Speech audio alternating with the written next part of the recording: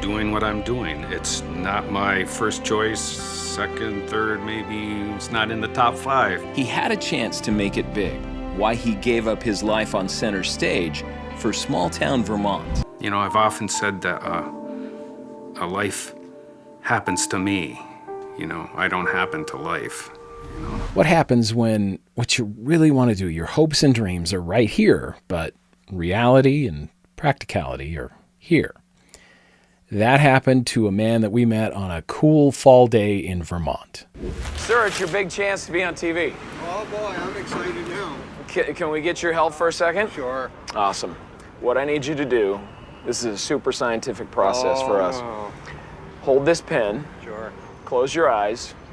Make a dot somewhere on this map of Rutland. That was, you know, I love a guy who follows directions. Are you ready to tell us your story? About whatever you want to talk about. It's a TV show called The Story Trek. This is the way we prove that everybody has a story. Randomly, we go till the first person agrees to tell us their story, so. Yeah. Well, I don't know what to tell you. I got a lot of stories. Most people do. Most people aren't used to being on camera all the time. I know. But David Chaffee isn't most people. He's known his share of the spotlight. You know, my rule is I don't get to choose. If you say yes, I have to do your story. Wow. I'm locked. Well, where should I begin? I don't know. It's interesting, I have to say. I like hearing that. My last name's Chaffee, and I am third-generation Italian-American. While life has taken him elsewhere, David was born and raised right where I found him. Or he found me, in Rutland. My father was Italian, and my mother was English, and my family's been here for about 200 years on her side. And they were somewhat like Romeo and Juliet. You know, there was the poor Italian kid Catholic kid from one side of the tracks, and there was the wealthy English waspish family that's been here for a couple hundred years. And anyway, one thing led to another, and they ended up together. David's dad was an American success story, coming from nothing to create a successful business that he always wanted David to be a part of.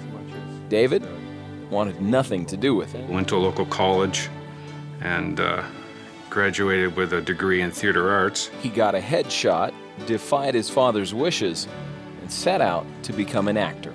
I don't need to tell you and your crew, but you know, there's like 10,000 actors in 3 jobs. So, you know, when I first graduated, I did summer stock, you know, locally. I did it in Tennessee. I moved to New York and lived on Long Island, auditioned in this city, and, you know, did the usual routine with 30 people in the hallway studying scripts for, you know, one role. David didn't care about Broadway. He just wanted to practice his craft at a top level. I just enjoyed it a lot.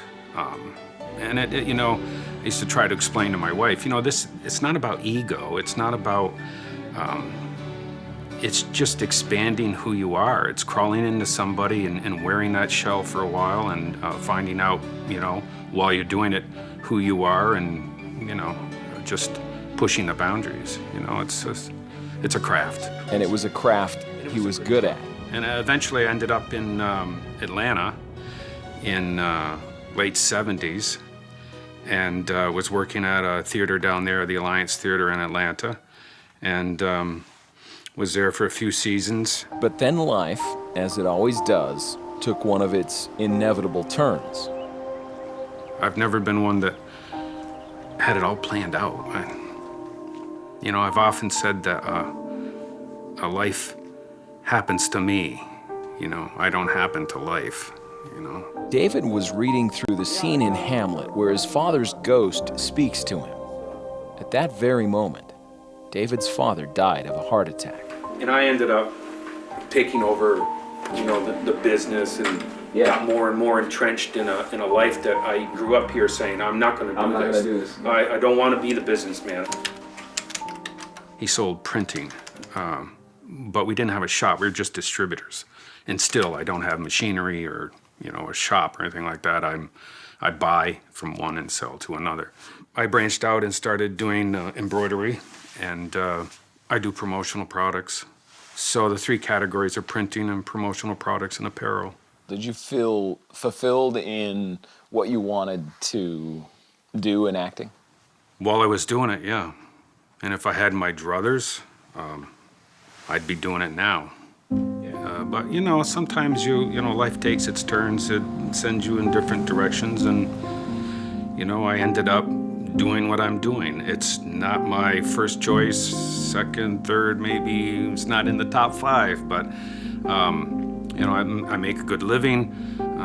You know, support my family, and you know, white picket fence in the house, and you know, I have all that. And that, David says, is what matters most.